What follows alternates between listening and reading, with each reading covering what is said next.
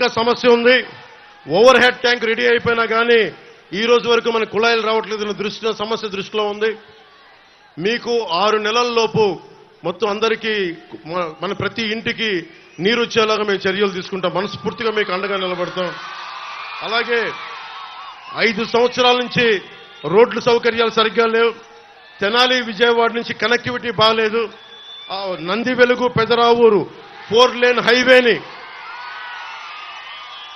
మేము, ఎందుకంటే మీకు తెలుసు ఆయన పట్టుకుంటే వదలని విక్రమార్కుడు. ఆయన 10 సంవత్సరాలు ఎమ్మెల్యేగా చేసిన వ్యక్తి. ఆయన నాయకత్వంలో నంది వెలుగు పెదరావూరు 4 లేన్ హైవేని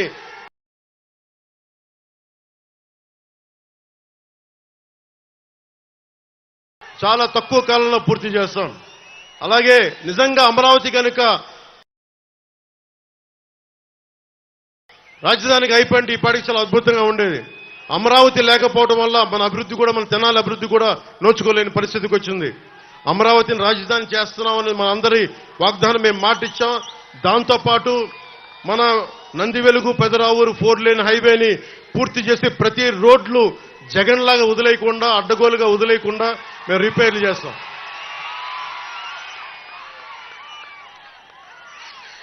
అలాగే తెనాలికి ప్రధానమైన సమస్యలకి మనకి నాదెండ్ల మనోహర్ గారు రేపు పొద్దున మీరు ఎమ్మెల్యేగా గెలిపించిన వెంటనే కొల్లిపర్లలో కృష్ణా నది పైన చెక్ డ్యామ్ ని పూర్తి చేస్తాం.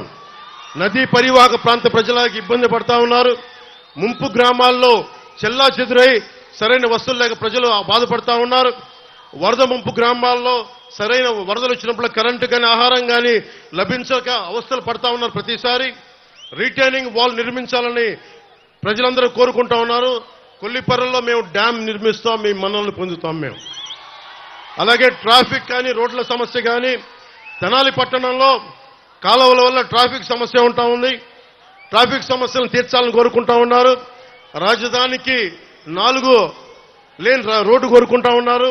వీటన్నిటినీ కూడా మేము రాగానే వెంటనే పూర్తి చేస్తాం. అన్నిటికంటే కూడా నిజంగా మనకి ఇంత చక్కటి కాలువలు నుండి దారి పొడవునా వస్తా ఉంటే నాకే విపరీతమైన దుర్గంధం ఉంది. రాగానే డ్రైనేజ్ ఫెసిలిటీస్ కానీ, మనకి ఎక్కడైతే దుర్గంధంగా ఉన్న డంప్ యార్డ్లు కానీ వీటన్నిటినీ భోపాల్ లాగా, లాస్ వేగాస్ లాగా శుభ్రపరిచి దుర్గంధా నుంచి తెనాలని విముక్తి చేస్తామని మీకు మాటిస్తా ఉన్నాను.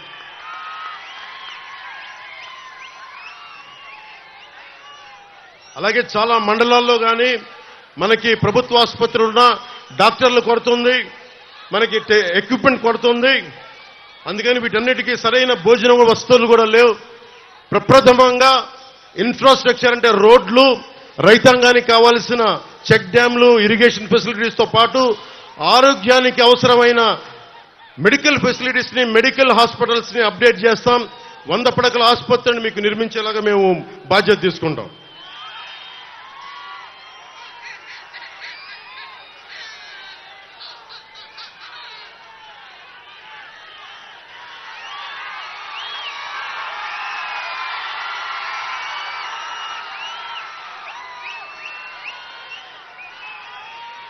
ముఖ్యంగా యువతకి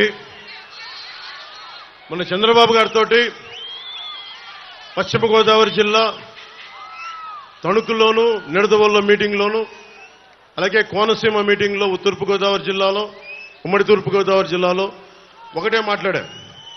ఆయన దృష్టికి తీసుకొచ్చాను. మనం కుల గణాంకాలు పెడతాం.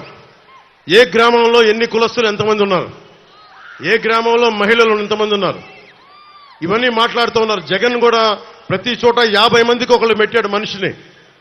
నేను కోరుకుంటుంది కుల గణాంకాలతో పాటు మనం చూడాల్సింది ప్రతిభని గణించాల్సిన అవసరం ఉంది.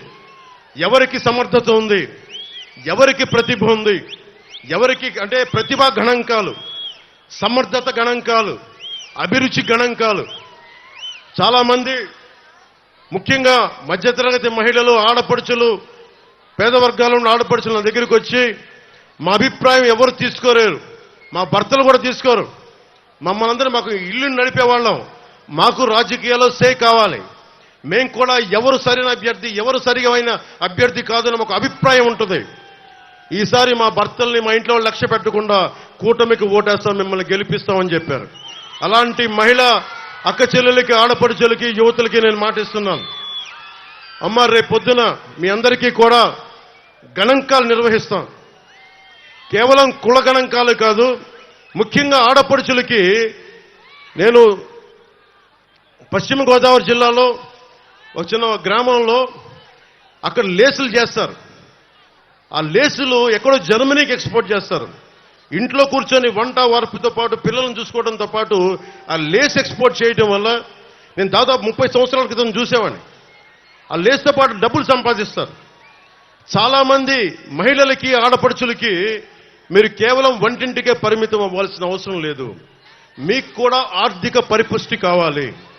మీకు ఏదైనా నేర్చుకోవాలని తపన ఉంటుంది. బిడ్డలు ఒక వయసుకు వచ్చిన తర్వాత మేము ఖాళీగా ఉండకుండా మాకు కూడా ఏదైనా పని కావాలి, మాకు కూడా డబ్బు సంపాదించాలి. నాకు మా అక్కలు చెప్తా ఉంటారు, మా అమ్మ చెప్తా ఉంటుంది, మా వదిన చెప్తా ఉంటుంది. నేను ఎందుకని చెప్తున్నాను, ఆడబిడ్డలను అర్థం చేసుకునేవాడిని. నేను మీకు మాటిస్తున్నాను, మీరు ఏదైనా ప్రతిభ నేర్చుకోవాలి, మీకు ఏదైనా ఒక స్కిల్ డెవలప్మెంట్ కావాలి, ఇంటికొచ్చి మీకు నేర్పించే విధంగా, ఇంటికొచ్చి వయోజన విద్య నేర్పించేలాగా, మీ కాలనీలో మీకు అందుబాటులో ఉండేలాగా స్కిల్ డెవలప్మెంట్ మేము చేసి పెడతామమ్మా. మేమందరం కూర్చోబెట్టి మీకు అండగా ఉంటాం. అలాగే మీ మీద ఒక్క రౌడీలు కానీ మిమ్మల్ని ఎవరు ఇబ్బంది పెట్టినా ఎస్సీ ఎస్టీ అట్రాసిటీ యాక్ట్ అంటే ఎంత భయపడతారో, మహిళల్ని ముట్టుకోవాలంటే అంత భయపడే బలమైన చట్టాలు తీసుకొస్తాం. ఉన్న చట్టాలని మరింత పటిష్టం చేస్తాం.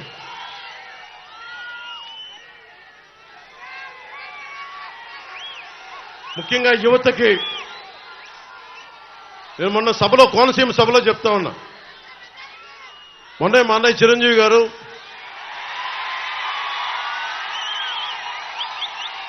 జనసేన పార్టీకి ఒక 5 కోట్ల రూపాయలు విరాళంగా ఇచ్చారు. నేను ఆశించలా, ఊహించలా. అర్జెంటుగా రమ్మంటే హైదరాబాద్ వెళ్ళాను. ఆంజనేయ స్వామి సమక్షంలో ఆయన చేస్తున్న సినిమా ఆ సెట్లో ఆంజనేయ స్వామి విగ్రహం వెనక ఉండి ఆయన ఆశీస్సులతోటి ఒక 5 కోట్ల రూపాయలు ఇచ్చి ఒకటే అన్నారు, నువ్వు ప్రజల కోసం బలంగా నిలబడతావు. నువ్వు నీలాంటి వాడికి, ముఖ్యంగా కౌలు రైతులకి నువ్వు చేసింది నాకు నిజంగా హృదయాన్ని కలిచేసింది. ఎలక్షన్ టైంలో నీకు ఎంత పనికొస్తే నా 5 కోట్ల రూపాయలు నీకు ఇస్తా ఉన్నాను. అక్కడితో ఆకుండా రామ్ చరణ్ గారికి కూడా చెప్పారు. ఈ మధ్యనే వేల్ యూనివర్సిటీ డాక్టరేట్ పొందారు. ఆయనకు కూడా చెప్తా ఉన్నారు, ఇతను మన కుటుంబ సభ్యుడని కాకుండా సమాజానికి మేలు చేసే వ్యక్తిగా నువ్వు కూడా విరాళం ఇవ్వు అని. సో మనస్ఫూర్తిగా చిరంజీవి గారికి తెనాలి సభ నుంచి మనస్ఫూర్తిగా నా ధన్యవాదాలు తెలుపుకుంటా ఉన్నా. ఎందుకు గుర్తొచ్చారు నాకంటే, మిమ్మల్ని చూస్తేనే గుర్తొచ్చారు నాకు.